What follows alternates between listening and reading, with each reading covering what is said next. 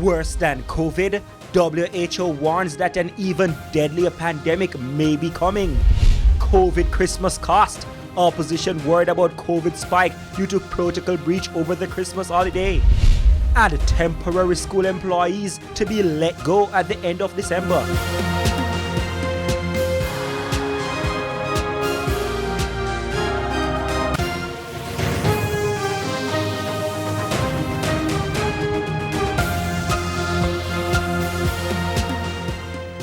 Good evening and welcome to Primetime News. We're on air and online at onespotmedia.com. I'm Herman Green.